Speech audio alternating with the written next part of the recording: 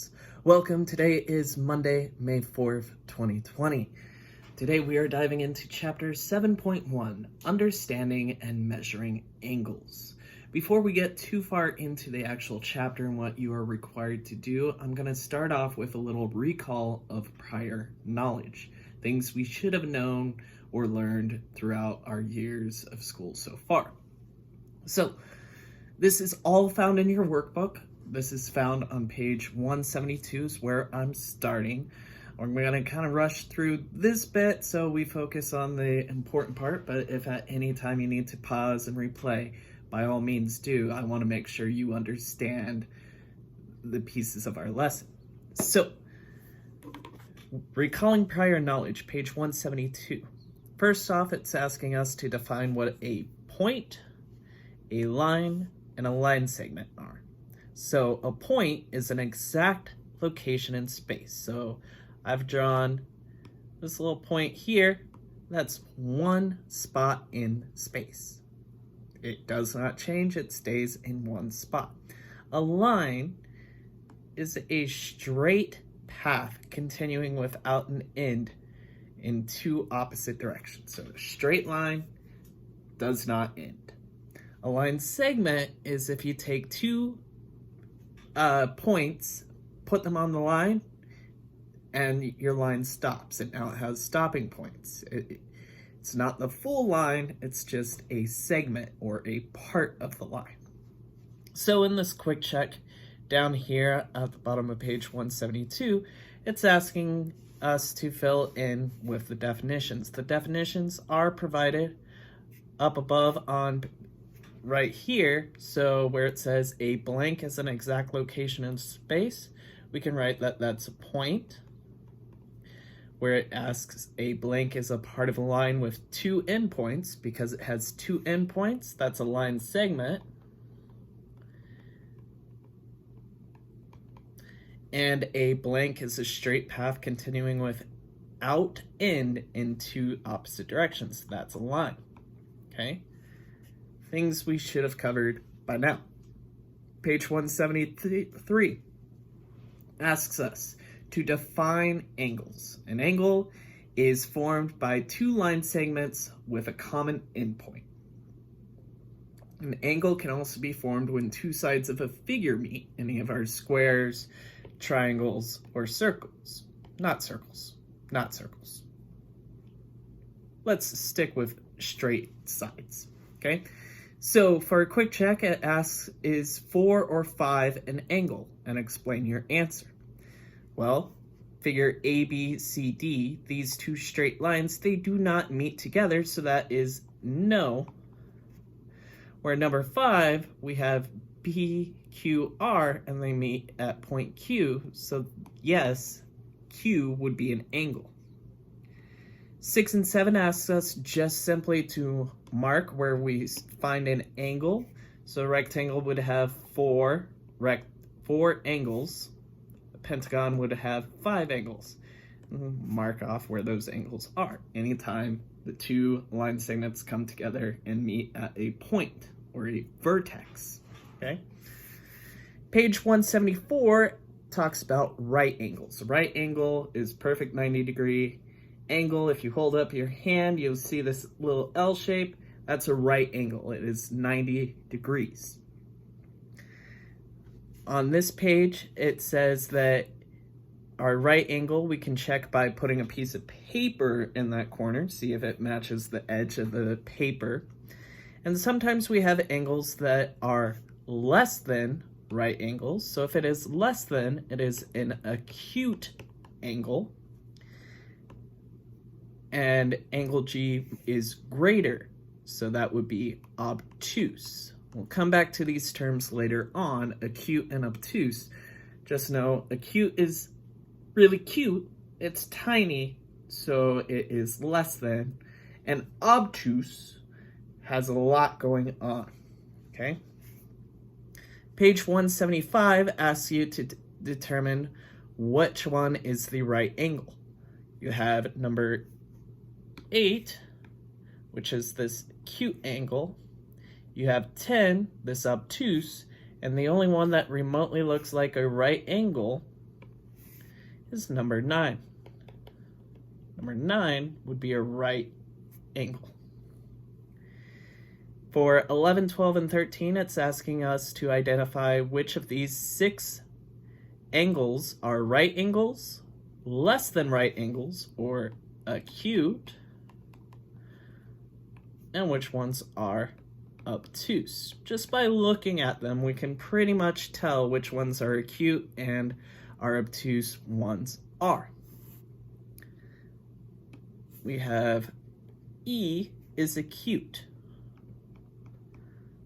We have C is also acute. The ones that are right angles, I have A and F as right angles. And B and D are obtuse. They are bigger than 90-degree angles. Okay? Perpendicular and parallel lines. A perpendicular line are when 2 lines meet and they form a right angle. Those are perpendicular. They make a right angle. Perpendicular lines can look like a ruler on top of a line, a cross. An X can also be perpendicular if it's drawn correctly, or anytime you have this kind of sharp corner. Those are perpendicular lines because they meet at a right angle. Parallel line, so 14, 15, 16, 17 asks, are these lines perpendicular? And for this, it's probably easier with a piece of paper to line up the corner. Does it match up 100%? After perpendicular lines, we get into parallel lines. 2 lines that go on forever and will never touch. They're usually spaced evenly apart and will always maintain that same distance. So what I've drawn here is I've drawn these 3 parallel lines. They are parallel like railroad tracks or the sidewalks to the road, and these blue lines that cross them are perpendicular lines. They'd form right angles here. So parallel, perpendicular. Parallel, perpendicular. All right. 18, 19, 20, 21 asks you to determine if the lines are parallel or not. I've also drawn little Randy the robot probably above my head, and I'm probably covering the text, but I want to know, is lines A, B parallel or perpendicular to line C, D? Okay. Moving along now, page 179. I'm going to zoom in, as my note says. We have this line segment A, B, C, D. And it's asking us to identify if it's parallel or perpendicular. So, line segment AB is blank to line segment CD. AB and CD, they're both running side by side, one on top of the other. Those would be parallel lines. AB to BC is our next one. So AB to BC, they meet here at this corner, and this corner has that little square I'm coloring in. And that square means it's a right angle, so they are perpendicular. And lastly, we have BC and CD. Again, they meet at this little corner. I know I've drawn all over it, but it had a little box there to show me it met at a right angle, so that is perpendicular. All right, moving along now. Should probably zoom out. Sorry if that was a little jarring for you. All right, page 180. I'm gonna do problem A, just to show you what we're looking for. I need to name a pair of perpendicular lines and a pair of parallel lines here in this figure. So my parallel lines, 2 lines that run side by side. So I have line AD and line BC are perpendicular. For those a little confused about my naming here of my lines, I name it from the 2 points. Usually I go top to bottom, left to right in naming. And now I need a perpendicular line, or A and B, B and C are not perpendicular. They are parallel. I'm sorry. I see that I have that mistake there. Can't remember if I said the actual thing. I'm trying to multitask, film myself here, right on the iPad there. But let's get that. A, D, B, C, those are parallel. And I need a perpendicular line set, so this line DC would be perpendicular to either AD or BC. I'm gonna say AD and DC are perpendicular. If you want to try on 26 and 27 on this page, you are more than welcome to. But I'm gonna move along to try to get us into the actual lesson. This is all a refresher of things we covered in years past, so I apologize if I'm going a little fast. All right, here we are. Here's the actual lesson. Lesson 7.1, we're calling this part 2. Recall, and now this is the actual lesson, and this teaches us what we need to know before we get into our assignment page. So, before we get too far away, just want to highlight our objectives here. Our learning objectives, we are going to identify and name angles. We are also going to estimate and measure angles.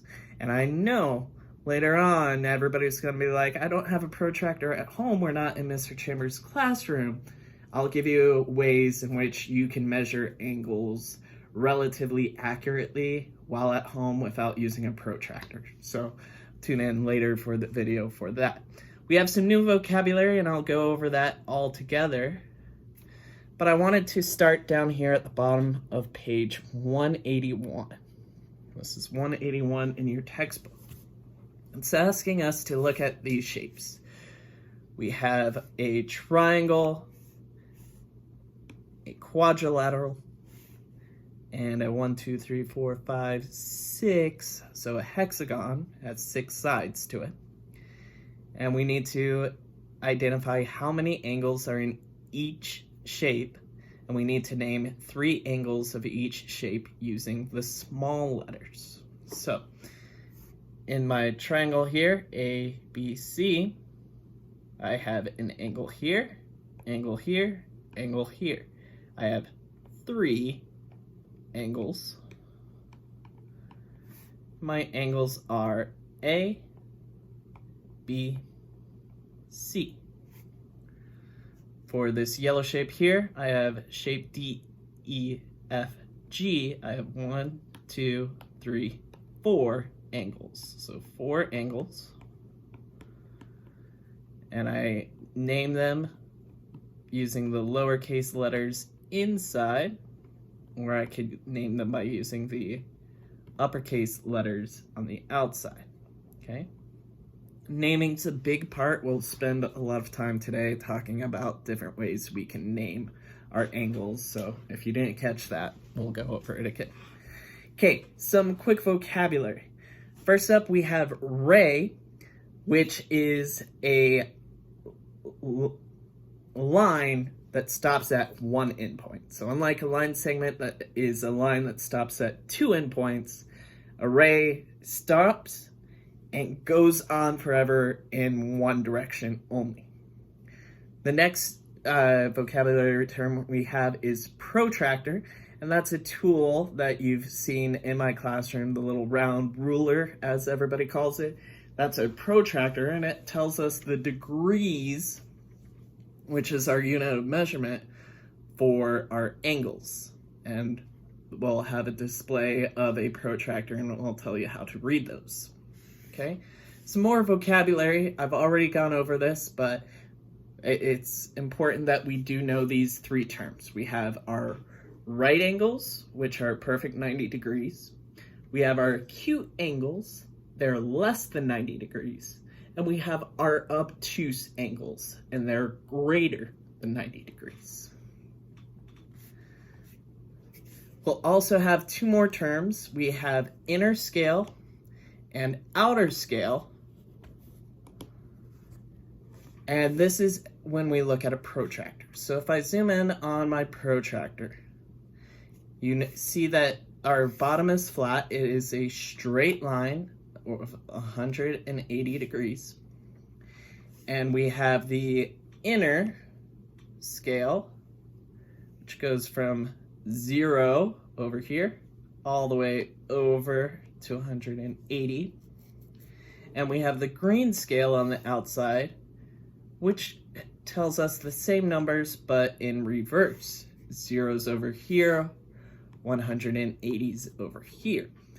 And this we can use this to distinguish between inner and outer shapes of our protractor to help us measure the angles, which is our second learning objective for today. But, Mr. Chambers, I do not have a protractor at home. How can I possibly do the work? Well, thank you for letting me know. I'm going to switch over to Mr. Chambers, who's going to tell you a few ways in which you can measure angles without having a protractor at home. So, pass it off to Mr. Chambers. Well, thank you, Mr. Chambers, for giving me a chance to show us how to measure angles when we don't have a protractor at home. So, there's two methods that I'm going to show you. The first is the hand method. The second is the paper method. So, with your hand, if you hold it out like so, or facing you, if you were to draw in your mind from your thumb to your pinky, it should be a right angle, 90 degrees from pinky to thumb. If I were to do pinky to ring finger, that's about 15 to 30 degrees from pinky to my ring finger. From my pinky to my middle finger, that's a 45-degree angle. And from my pinky to my index finger, that's a 60-degree angle.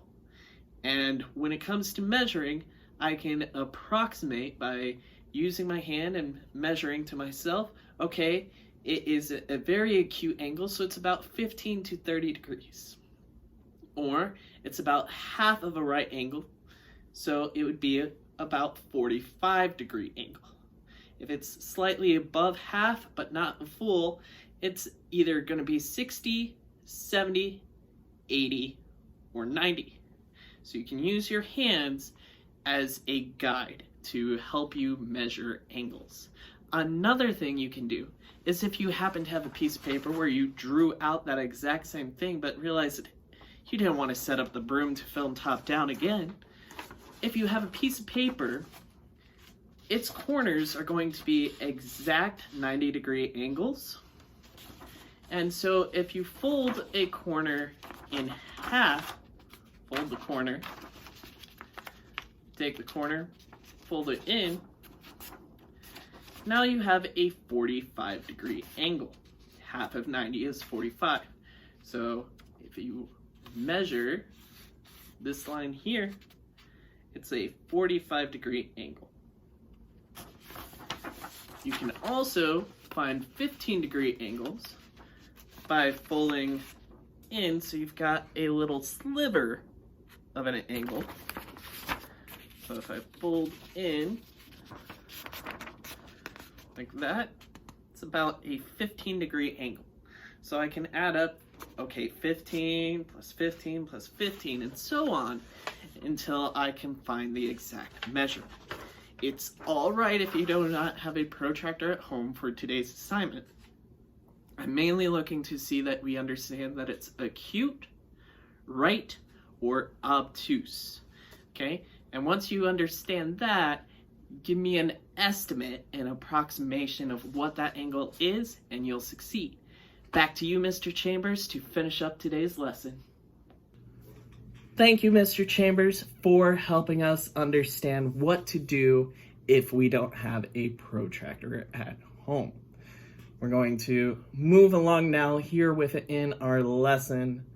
We can use some of those hints and tricks that he taught us so that we can do the assignment. But let's move on now.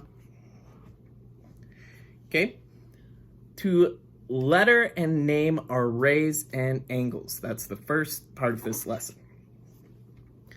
So here we are on page 182. I'm going to read this out loud. You can read it yourself. Just want to make sure I'm giving you the complete and most accurate information. A ray is a part of a line that continues without end in one direction. It has one endpoint, and you can use the letters to name a ray. The first letter is always the endpoint. So if over here I draw an endpoint and have it go on, if I name this M, then I would name this ray M, and typically it's the next letter in the alphabet for when you're naming. So I can name my ray MN, with the endpoint being M. And I can just draw a little ray over that. If this was a line, I'd draw with two endpoints over. Or if it was a line segment, I'd draw the endpoints and name it MN. Okay? So lines, line segments, they can all be named after that. When we're naming our angles, we can name the angle at the vertex P. So with naming, we can either use the small letter inside or the big letter on the outside. However, in big figures like octagons that have 8 angles, we want to name it based off of where its reference point is. So for this angle, it's APB because the vertex is in the middle. And A and B would tell us how to read the angle. Where do we start and where do we end, with P being in the middle. In naming angles, we use 3 letters. The vertex is always the middle letter, okay? Rays, your endpoint, is the first letter. Angles, you have your vertex as your middle letter of your naming. Okay? So page 183 has us try this a little bit. Remember, multiple naming conventions, but we just went over that there's 3 letters in this name, so I'm going to show you how to do that for angle P for this rectangle here on page 183, and then I'm going to give you a second to pause the video, try it, and then come back. All right, so angle P is located here. I have my endpoints of S and Q, so as long as my P is in the middle, I can name it SPQ. I could also name it QPS if I wanted to. Okay, so I'm going to give you a moment now. There's 6 more problems on this page. If you want to pause this video, you can. And we'll go right back into it. All right, hopefully you paused the video, got a chance to work through the problems. If not, I'm working through them so you can see what I'm doing. Problem number 2, naming the angle at Q. That's going to be PQR. The angle at R will be QRS. And the angle at letter S will be RSP.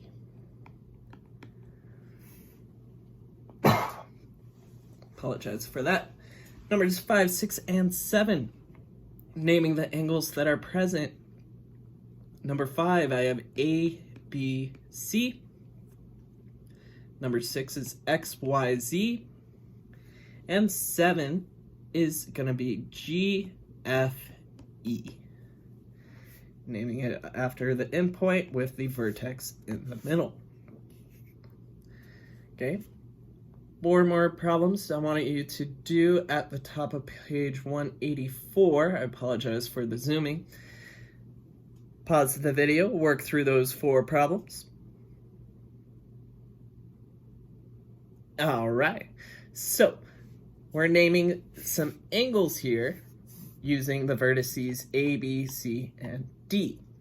Okay, so angle X is up here at vertice A. So I can name it DAB, DAB.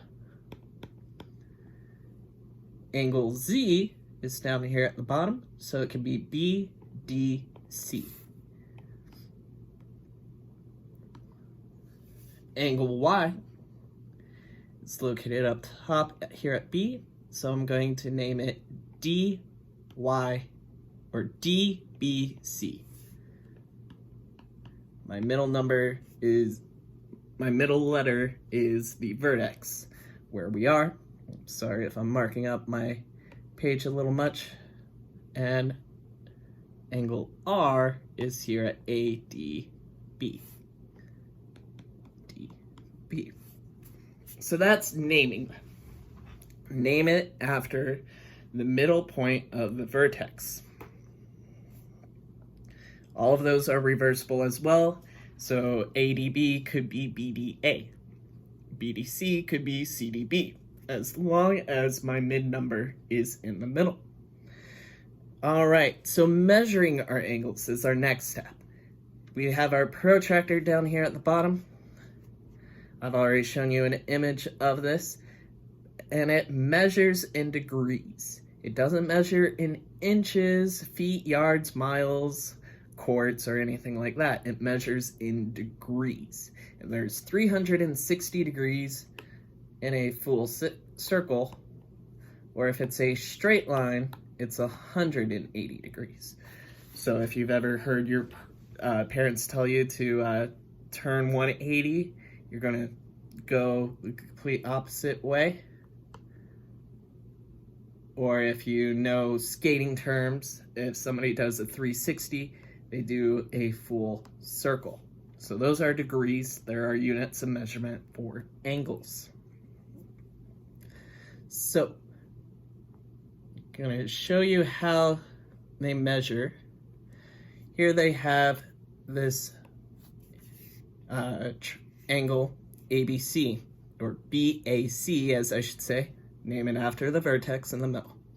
They line up the bottom line with the baseline of the protractor, and they line up so that we can read. It is somewhere between 40 and 50. It seems a little big there. So it's halfway between 40 and 50 degrees. There's the larger numbers on the inner scale, 140 and 150, but we're not reading those numbers because this is an acute triangle. I know because it is cute and tiny that it can't be bigger than 90 degrees. So angle ABC will equal 45 degrees. That's the measurement of the angle by following that to where this line lines up. If you do have a protractor at home, it's always just important to line up the bottom of the baseline with that, okay? So this can be helpful. I know some of the worksheets we have in this chapter will have a protractor printed on the page. For other times where there's not a protractor and you don't have that with you, you can use the hand method or the paper method that Mr. Chambers showed us earlier. All right, page 186, inner scale, outer scale is mainly determined whether we're using acute or obtuse. If it's a right angle, it will point straight up like PQR here, right at 90 degrees. If it's anything less, you want to read the numbers less than 90, or if it's anything more, If it's obtuse, you want to read the appropriate scale.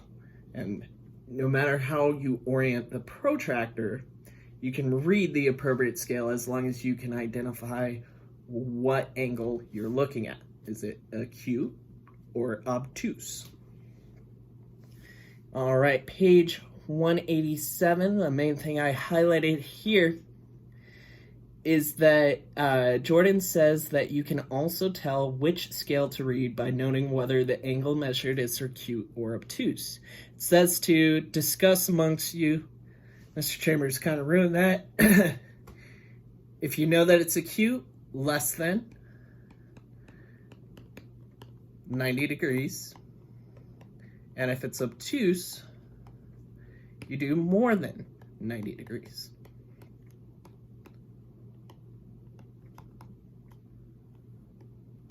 So you can use either side of the scale as long as you know whether it's acute or obtuse. Okay? We did skip page 188, but I want you to, I'm going to have you try number 189. Pause the video. All right. So, to measure the angle GHQ, is it an acute or an obtuse angle? Well, it's bigger than 90, so it would be obtuse. And we measure it using the inner scale here. It is somewhere between 130 and 140. We're going to call that 145. 145 degrees.